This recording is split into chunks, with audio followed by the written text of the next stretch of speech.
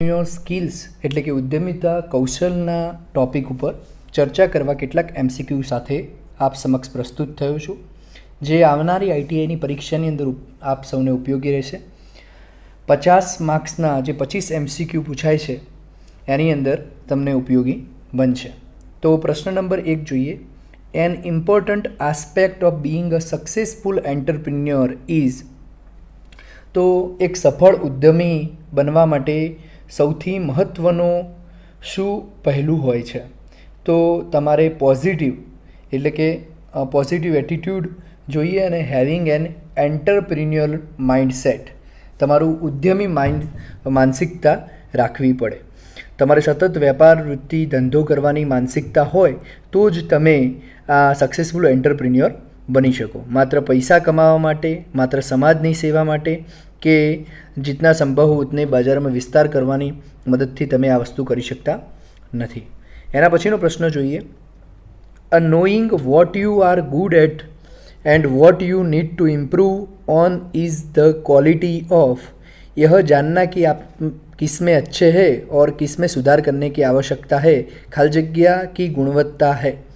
एक महत्वनी वस्तु તમને કહી દઉં કે જે ઈએસનું પેપર છે એ ઇંગ્લિશ અને હિન્દી ભાષાની અંદર જ આવશે. એટલા માટે જ આપણે ઇંગ્લિશ અને હિન્દી ભાષાની અંદરથી એમસીક્યુ ડિસ્કસ કરી રહ્યા છીએ. તો આપણાની અંદર શું સારું છે અને કઈ કઈ ક્વોલિટીની અંદર સુધારો કરવાની આવશ્યકતા છે, એ ગુણવત્તા એટલે શું? તો સેલ્ફ અવેરનેસ, આત્મજાગૃતતા. પોતાની અંદરથી ઈચ્છા થાય કે સેલ્ફ અવેરનેસ જેટલી જાગૃત થાય એટલું તમે પોતાનામાંથી કયા કયા ગુણો સારા છે અને કયા ગુણોની અંદર સુધાર કરવાની આવશ્યકતા છે એનો આપણને ખ્યાલ આવતો હોય છે.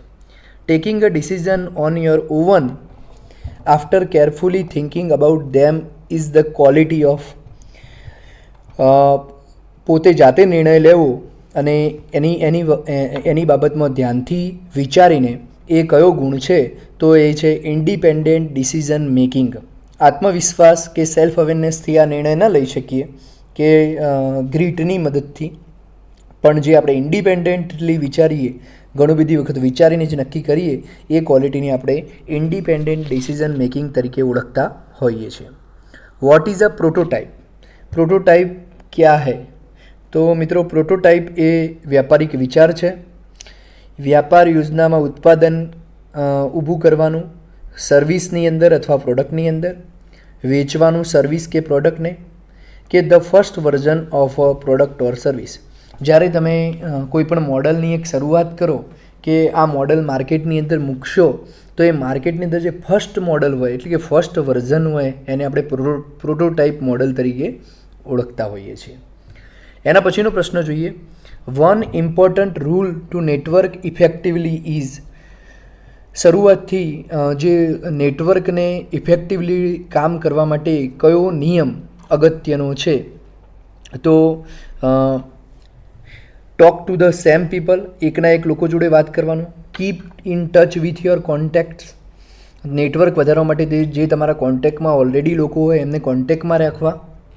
ત્રીજા નંબરનો ઓપ્શન છે focus on selling your product. ખાલી આપણે જે વસ્તુ વેચવા માગતા હોઈએ, લાઇક વાઇઝ હું ક્રેડિટ કાર્ડ વેચવા માગું છું તો ક્રેડિટ કાર્ડ ઉપર જ ફોકસ કરું, કે મારા જે એજ્યુકેશનલ આસ્પેક્ટ છે એની ઉપર પણ ફોકસ કરું.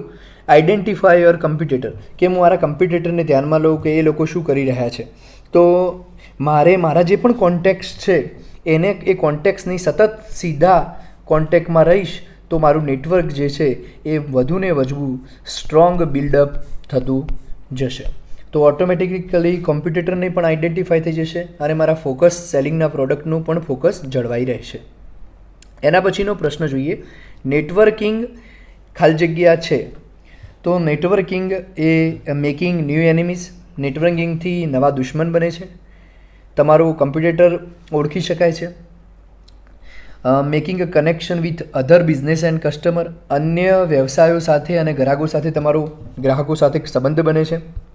કે જોઈનિંગ અ સોશિયલ નેટવર્ક, કે એક સામાજિક નેટવર્કમાં તમે જોઈન થાવ છો. તો આની અંદર આન્સર આવશે સી, કે આના કારણે તમારા કનેક્શન બિઝનેસ અને કસ્ટમર જે પણ નવા બિઝનેસ સાથે તમે જે બિઝનેસ કરો છો એના સિવાયના બિઝનેસ વિશે પણ તમને શીખવા મળે છે. અને એ કોન્ટેક્ટ્સના કારણે જે નેટવર્ક ઊભું થાય છે, અમર્યાદિત નેટવર્ક ઊભું થાય છે, કારણ કે તમે સીધા અહીંથી આ વ્યક્તિના ટચમાં આવી શકો છો, પણ એ વ્યક્તિ કોઈ બીજા ટચમાં આવે છે તો એના ટચમાં પણ તમે રહી શકો છો. એટલે નેટવર્કિંગથી આ ફાયદો થતો હોય છે. એના પછીનો પ્રશ્ન છે મિત્રો, tagline. A tagline is, tagline કોને કહેવાય? રિલાયન્સ કર લો દુનિયા મુઠ્ઠી મેં, નોઇસ કાર્ડ્સની અમારી પોતાની ટેગલાઇન છે, સુરક્ષા કી પૂરી ગેરંટી.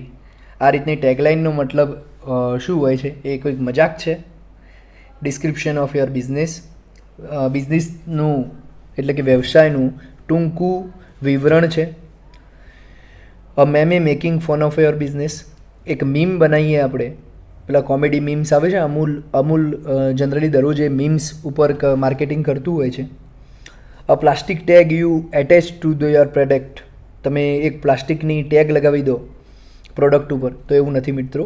એક ડિસ્ક્રિપ્શન છે તમારા બિઝનેસનું, એક નાનું વિવરણ છે જેના કારણે તમને તમારા બિઝનેસ કે પબ્લિકને જે બિઝનેસ સાથે કન્સર્ન થવા માગે છે એના વિશે અન્ડરસ્ટેન્ડિંગ મેળવી શકે.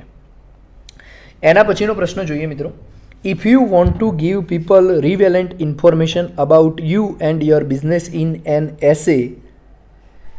essay way or easy way you will, તમે જો પોતાના બિઝનેસની ઇન્ફોર્મેશન પબ્લિકને આસાન શબ્દોમાં આપવા માગતા હોય તો તમારે શું કરવું જોઈએ? તો મિત્રો સિમ્પલ છે, આપણે આપણા ઇન્ફોર્મેશનની જો ઇન્ફોર્મેશન આપવી હોય તો આપણે એમને આપણું બિઝનેસ કાર્ડ એટલે વ્યવસાયિક કાર્ડ આપીએ છીએ, જેના કારણે એને ખબર પડી જતી હોય છે. આપણું વિઝિટિંગ કાર્ડ સમજી શકીએ, જે બિઝનેસ કાર્ડ તરીકે પણ ઓળખવામાં આવે છે. Anita started an Instagram page for her craft business. She used ખાલી જગ્યા માર્કેટિંગ સ્ટ્રેટેજી. અનિતાએ ઇન્સ્ટાગ્રામ પેજ સ્ટાર્ટ કર્યું છે પોતાના ક્રાફ્ટ્સ એટલે હેન્ડીક્રાફ્ટ બિઝનેસ માટે.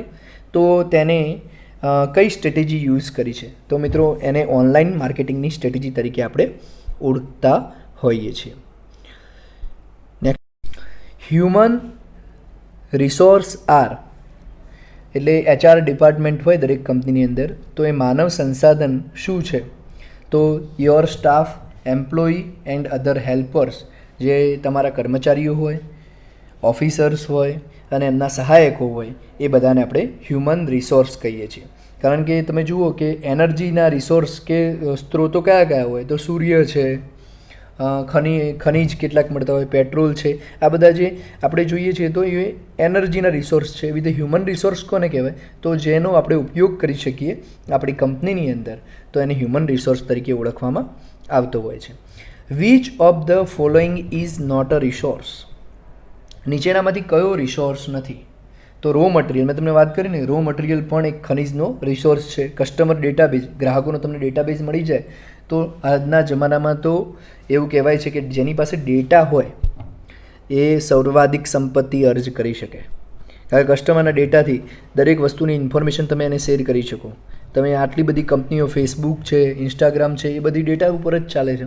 તો એ ડેટા અત્યારે તો ડેટા માટે ડિક્લેરેશન એ લોકો ડિક્લેરેશન કરતા હોય છે કે અમે કોઈને થર્ડ પાર્ટી સેલ નહીં કરીએ.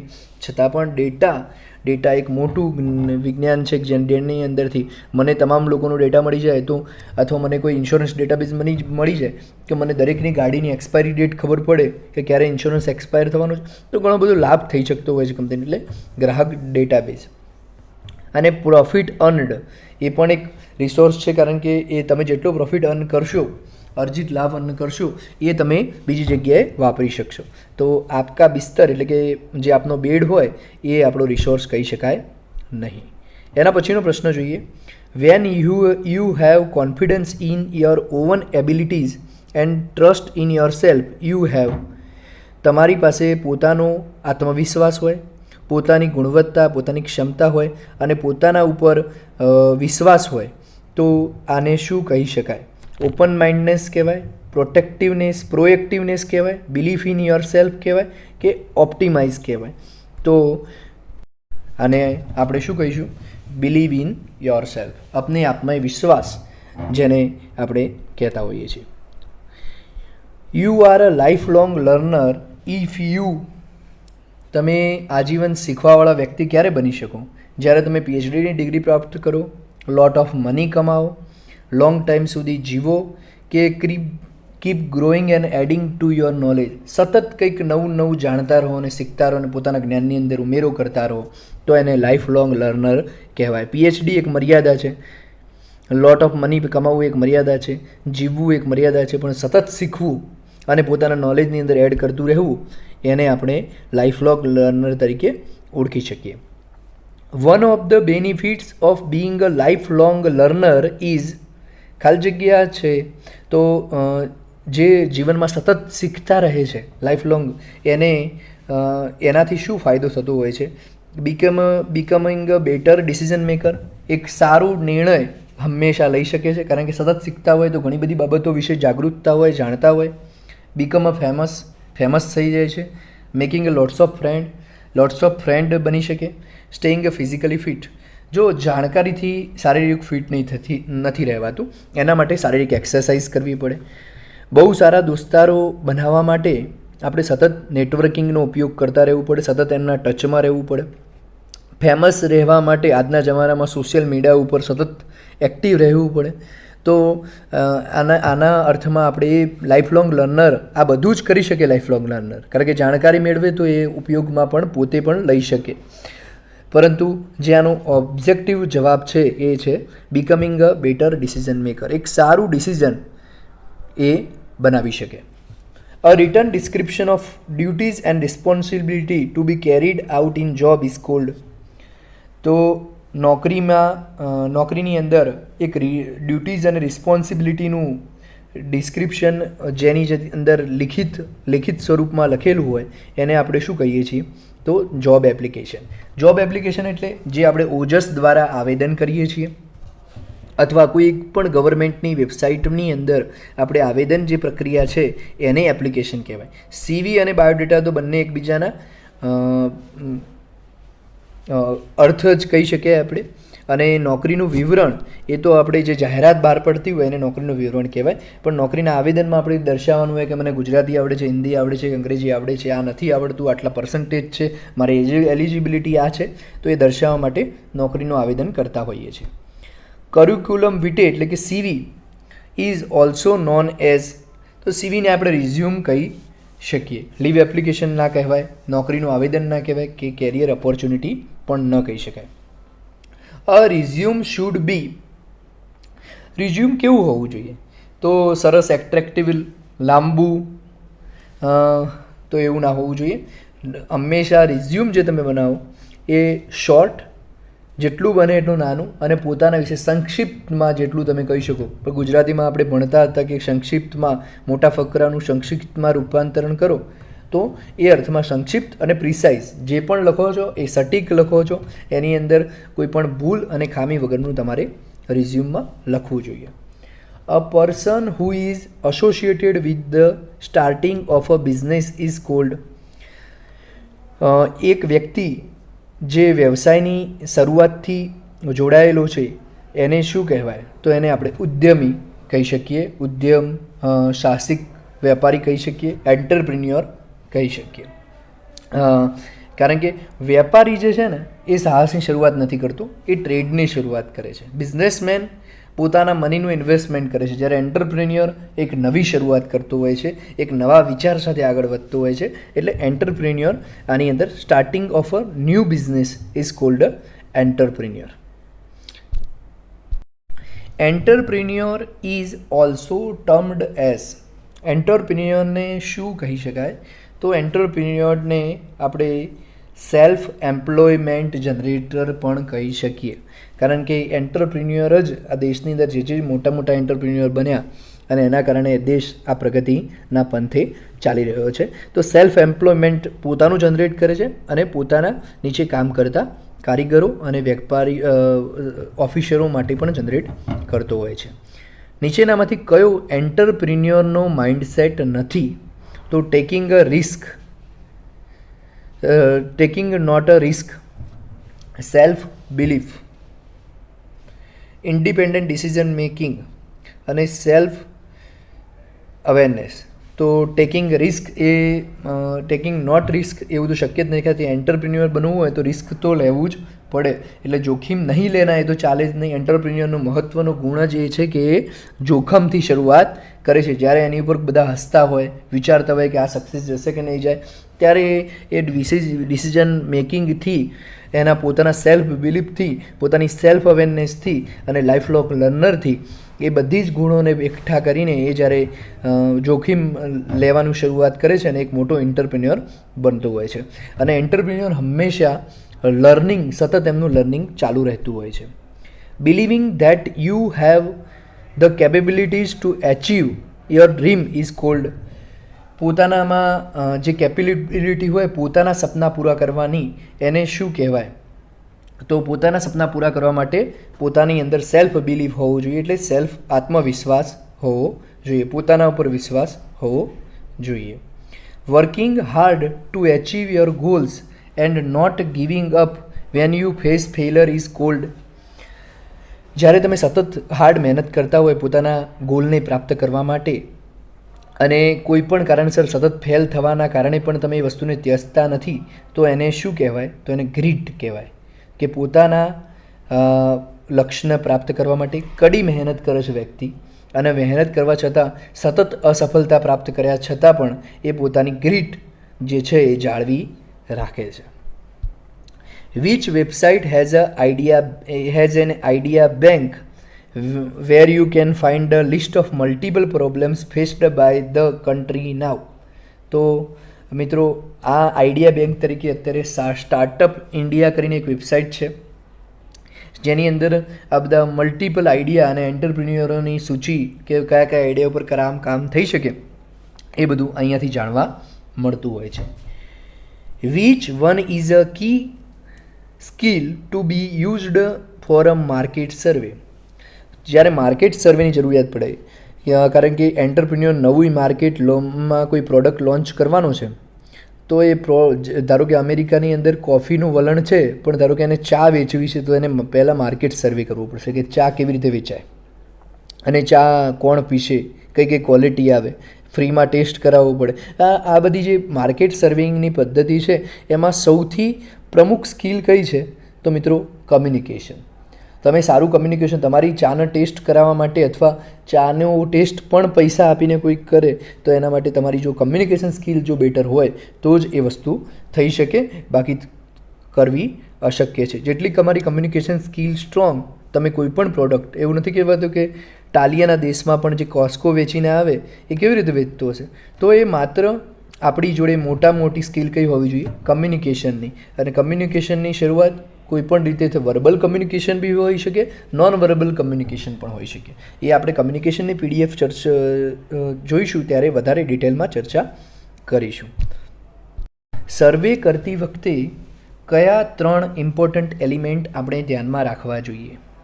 તો લિસન, ઓબ્ઝર્વ અને લર્ન. તો પહેલાં શાંતિથી કોઈકને સાંભળો સર્વે કરતી વખતે, પછી વિચારો, ઓબ્ઝર્વ કરો, નિરીક્ષણ કરો, અને પછી એની અંદરથી શીખો. કારણ કે જો તમે કોઈને સાંભળશો નહીં, એમનું નિરીક્ષણને આપણે જાંચશો નહીં અને એમાંથી શીખશો નહીં, તો સર્વે આપણો સતત અધૂરો રહેવાનો. એટલે લિસન, ઓબ્ઝર્વ, લર્ન. ઓકે, સતત શીખતા રહો. જે ઓબ્ઝર્વેશન થાય એની અંદર સતત શીખતા રહો. ખાલી જગ્યા are the centre of any business. તો કોઈ પણ બિઝનેસ હોય, કારણ કે જો બિઝનેસ પાછળ ગ્રાહક નથી, કોઈ પણ ધારો કે કોઈ યુટ્યુબની ચેનલ છે, તો યુટ્યુબની ચેનલમાં વિડીયો ક્યારે ક્રિએટ થતા રહેવાના? જ્યારે એની પાસે જોવાવાળા વ્યક્તિઓ છે.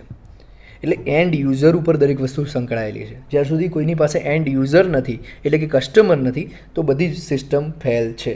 તો સૌથી પ્રાઇમ વસ્તુ જો બિઝનેસની અંદર ગણીએ, કી વસ્તુ ગણીએ, તો એ છે ગ્રાહક. which one is not a source to raise fund to start business. તો બિઝનેસ સ્ટાર્ટ કરવા માટે નીચેનામાંથી કયો સ્ત્રોત નથી? તો self financing, invest in mutual fund, government loan, inner circle funding. તો મિત્રો, ઇન્વેસ્ટ ઇન મ્યુચ્યુઅલ ફંડ એ આપણે મ્યુચ્યુઅલ ફંડની અંદર ઇન્વેસ્ટ કરવાથી મ્યુચ્યુઅલ ફંડની જે કંપની હોય અથવા એએમસી હોય એ પોતાનું ફંડ રેઝ કરી શકે, જ્યારે જે એની અંદર રોકાણ કરતું હોય એનો ફંડ રેઝ થતો નથી. મ્યુચ્યુઅલ ફંડ જોડે લોન માગીને આપણે આપણું ફંડ રેઝ કરી શકીએ. એટલે આ વસ્તુ ખોટી છે કે invest in mutual fund A raise fund કરવા માટે, એટલે ફંડ ઊભો કરવા માટે, એટલે મૂડી ઊભી કરવા માટે એ યોગ્ય નથી. એના પછીનો પ્રશ્ન જોઈએ. ખાલી જગ્યા registration would help to access the scheme introduced by the government. તો ખાલી જગ્યાની સિસ્ટમની અંદર તમે જોડાઈને કેન્દ્ર દ્વારા જે યોજનાઓ શરૂ કરવામાં આવી છે એનો લાભ મેળવી શકો. તો ઉદ્યોગ આધારની અંદર તમે રજિસ્ટ્રેશન કરી અને ગવર્મેન્ટ દ્વારા જે પણ સ્કીમો શરૂ કરવામાં આવેલી છે એનો તમે લાભ સીધો મેળવી શકો છો. Taking a decision on your oven after a carefully thinking about them is a quality of. તો સ્વયં નિર્ણય લેના એટલે પોતાની જાતે નિર્ણય લેવો. જ્યારે વારંવાર આ પ્રશ્ન રિપીટ થયો, ઇન્ડિપેન્ડન્સ ડિસિઝન મેકિંગ. આની અંદર આવે છે ઇન્ડિપેન્ડન્ટ ડિસિઝન મેકિંગ. આ પીડીએફ પણ તમને નીચે ડિસ્ક્રિપ્શનમાંથી પણ મળી જશે, એઝ વેલ એઝ વેબસાઇટની લિંક પણ તમને ત્યાંથી મળી જશે. One important rule to network effectively is called. સૌથી ઇમ્પોર્ટન્ટ નિયમ કયો છે? તો આ પ્રશ્ન પણ રિપીટ થયો. નેટવર્કને ઇફેક્ટિવ બનાવવા માટે keep in touch with your contacts. એના પછીનો પ્રશ્ન જોઈએ. If you want to give a people relevant information about you and your business in N easy way you will give them business card. આપણે વાત કરી કે આપણે વિઝિટિંગ કાર્ડ આપીને આને મદદરૂપ થઈ છે કે કોઈને આપણે બિઝનેસના વિશે ઇન્ફોર્મેશન આપવી હોય તો તમે એને આપણો બિઝનેસ કાર્ડ, એટલે કે ઇન ધ સેન્સ આપણે વિઝિટિંગ કાર્ડ એને આપી શકીએ. What is influenced by a rapid change in technology. તો જે આપણે ટેકનોલોજીની અંદર જે તીવ્ર ગતિથી પરિવર્તન થઈ રહ્યું છે એ શેની અંદર પરિવર્તન કરે છે? તો ફ્યુચર ઓફ વર્કની અંદર. તો પહેલાં જે કામ માટે 100 માણસો જોતા હતા એ પછીના સમયમાં 10, અને અત્યારે કદાચ આખી એક ઇન્ડસ્ટ્રીની અંદર એક જ માણસ, એક ઓપરેટરથી એ કામ થઈ શકે. એટલા માટે તમારે સ્કિલમાં શું, 100 વર્ષ પહેલાં એ સ્કિલમાં બળની જરૂર પડતી હતી, પછી થોડું મગજ અને થોડું બળ, અને હવે ટોટલી આપણા માઇન્ડ ઉપર ડિપેન્ડન્ટ ગેમ થઈ રહી છે. પહેલાં સેલિંગ કરવા માટે લોકોને દુકાનમાં જવું પડતું હતું કોઈ વસ્તુ છે, પછી મેગા મોલ આવ્યા, અને અત્યારે બિગ બાસ્કેટ જેવા પ્લેયરો પણ આવી ગયા છે માર્કેટની અંદર, જે તમને ઘરે બેઠા વસ્તુ આપી શકે છે. એટલે ફ્યુચર ઓફ વર્ક દરેક સમયે બદલાતું રહે છે. નેચર ઓફ વર્ક તો એ જ છે, કારણ કે નેચર ઓફ વર્ક એટલે જો તમારે માલ સામાન ખરીદવો છે તો ઘરે ચણાનો લોટ જોઈતો હોય કોઈ વસ્તુ બનાવવા માટે તો ચણાનો લોટ જોઈશે જ. વર્કફોર્સ તો એપ્લાય કરવી જ પડશે. વર્કિંગ કેપિટલ તો એને જોઈતું હતું ને પહેલાં નહીં જોઈશે. પરંતુ ફ્યુચર ઓફ વર્ક એટલે કામકા ભવિષ્ય ચેન્જ થતા જાય છે. What terms refers to maintaining the quality and ability of something at certain level.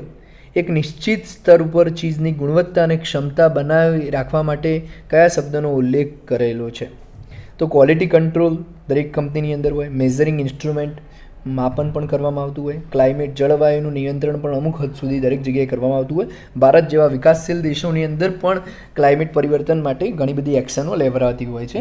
પરંતુ આપણે જે પણ ડેવલપમેન્ટ કરીએ એ ડેવલપમેન્ટ કેવું હોવું જોઈએ? સસ્ટેઇનેબલ ડેવલપમેન્ટ હોવું જોઈએ, ટકાઉ ડેવલપમેન્ટ હોવું જોઈએ. સસ્ટેઇનેબલનો મતલબ એવું થાય કે બીજાના જીવના ખતરાને ઓછામાં ઓછું નુકસાન પહોંચાડીને પોતાની જે ચીજ વસ્તુ છે એનું ઉત્પાદન કરવું, એને આપણે સસ્ટેનેબલ ડેવલપમેન્ટ તરીકે ઓળખતા હોઈએ છીએ. સસ્ટેઇનિંગ અ રિવર મીન્સ, જુઓ અહીંયા તમને પ્રોપર ખબર પડશે. સસ્ટેઇનિંગ રિવર મીન્સ, જો રિવરને સસ્ટેઇન કેવી રીતે કરી શકો? એના પર ડેમ બાંધીને થોડી રિવર સસ્ટેઇન થવાની, એ તો નુકસાન થવાનું રિવરને, એટલે કે નદીને નુકસાન થવાનું, એને પોલ્યુશન પહોંચાડીને નુકસાન થવાનું, બ્રિજ બનાવીને નુકસાન થવાનું. પણ એની નદીને એ રીતે એના પર બ્રિજ બાંધવામાં આવે, એ રીતે ડેમ બાંધવામાં આવે કે એની જે પ્રેઝન્ટ કન્ડિશન છે, જે પાણીનો ફ્લો છે એ રિવરની અંદર મેન્ટેન રહે, એને આપણે સસ્ટેનેબલ ડેવલપમેન્ટ તરીકે ઓળખી શકીએ. તો સી આન્સર આવશે, to maintain the river in its present condition, અત્યારની પરિસ્થિતિમાં રહે છે. Two gain more skills you, પોતાને વધારે સ્કિલ મેળવવા માટે શું કરવું પડે? તો અધિક કૌશલ પ્રાપ્ત કરને કે लिए આપણે ગેટ સર્ટિફિકેશન મેળવવું જોઈએ, પ્રમાણપત્રો પ્રાપ્ત કરવું જોઈએ. વર્ક હાર્ડથી આપણે બધી સ્કિલો મેળવી શકતા નથી, પણ પર્ટિક્યુલર સંસ્થાના સર્ટિફિકેશનથી આપણે એ બધી સ્કિલો આપણે પ્રાપ્ત કરી છે કે નહીં એના માટે પ્રમાણપત્ર પણ મેળવી શકીએ છીએ. The future of work is always going to, તો ફ્યુચર ઓફ વર્ક શું છે? તો સેમ ટૂલ આખી જિંદગી વાપર્યા કરવાનું, એક જ પ્રકારના ટૂલ ઉપર કાયમી કામ કરો તો એને ફ્યુચર ઓફ વર્ક જોઈ શકીએ. નવી નવી ફેક્ટરી બનાવો તો, નવો સ્ટાફ રિક્રુટ કરો તો નહીં, પણ નવામાં નવી ટેકનોલોજીનો યુઝ ધ લેટેસ્ટ ટેકનોલોજીનો તમે જેટલો વધારેમાં વધારે ઉપયોગ કરશો મિત્રો, લેટેસ્ટ ટેકનોલોજીનો જેટલો તમે વધારેમાં વધારે ઉપયોગ કરશો ને એના કારણે આપણે આ ફ્યુચર ઓફ વર્કની અંદર જોડાઈ શકીશું. એના પછીનો પ્રશ્ન જોઈએ, what will keep involving there by making a jobs undergo changes.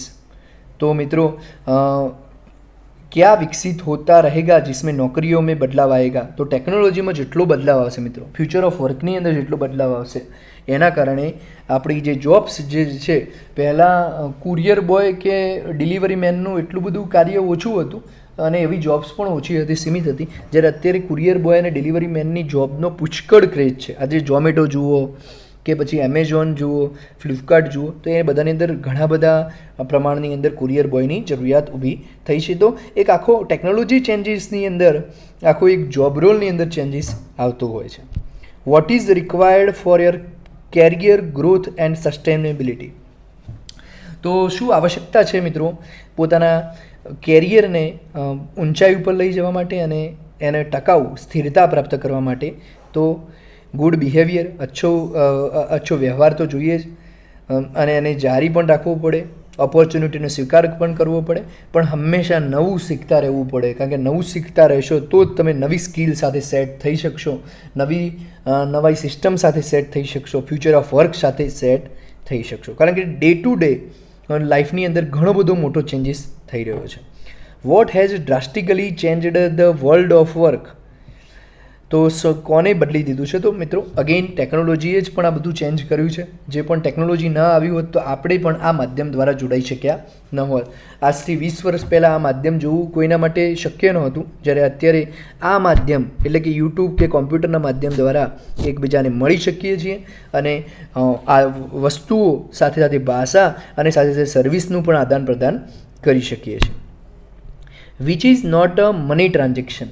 નીચેનામાંથી કયું મની ટ્રાન્ઝેક્શન નથી?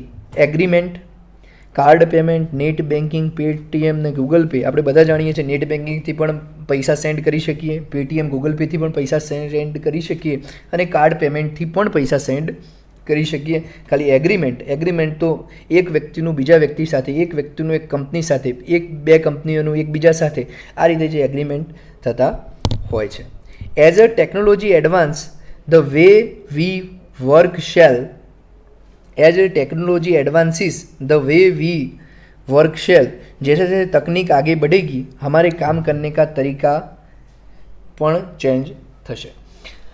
जेम जेम टेक्नोलॉजी आगळ वधती जशे, टेक्नोलॉजीमां एडवांसमेंट आवतुं जशे, टेक्नोलॉजी अपग्रेड थाय, टेक्नोलॉजी जेम जेम अपग्रेड थाय ने ए टेक्नोलॉजीना प्रमाणे दरेक वस्तुनी अंदर चेन्जीस थता होय छे અને એના કારણે દરેક વસ્તુને આપણે પરિવર્તનથી ગુજારવી પડે છે, અંડરગો ધ ચેન્જીસ.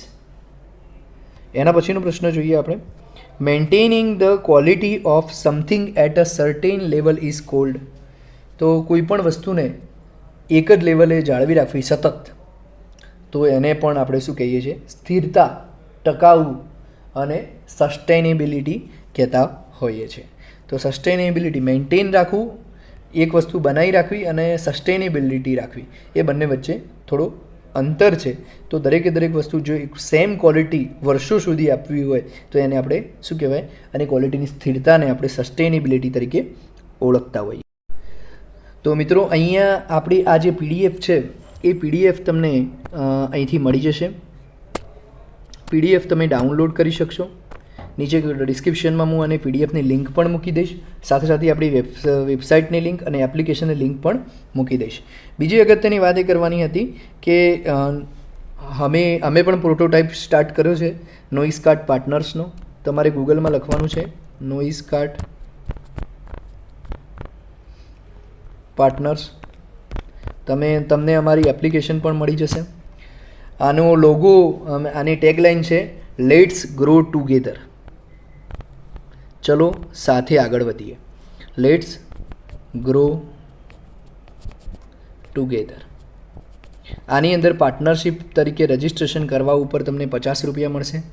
અને ત્યાર પછી તમે કોઈ પણ એપ્લિકેશન, ધારો કે તમે ક્રેડિટ કાર્ડ સેલ કરી શકો છો ઓનલાઈન જાતે જ. ઇન્સ્યોરન્સ માટે અત્યારે ઓફલાઈન પોર્ટલ છે. ઇન્સ્યોરન્સ માટે તમારે મને ત્યાંથી લીડ જનરેટ કરવાની રહેશે અને પછી કોટેશન શેર કરવામાં આવશે તમને. બાકીની જે વસ્તુઓ છે ક્રેડિટ કાર્ડ અને બેંક એકાઉન્ટ તથા ડીમેટ એકાઉન્ટ અત્યારે ઓનલાઈન તમે ડાયરેક્ટલી સેલ કરી શકશો અને ત્યાં તમને અર્નિંગ કમિશન પણ લખેલું છે. જેવી તમે લિંક ઉપર ક્લિક કરશો અને તમારા એકાઉન્ટની અંદર એ ફંડ જમા થશે.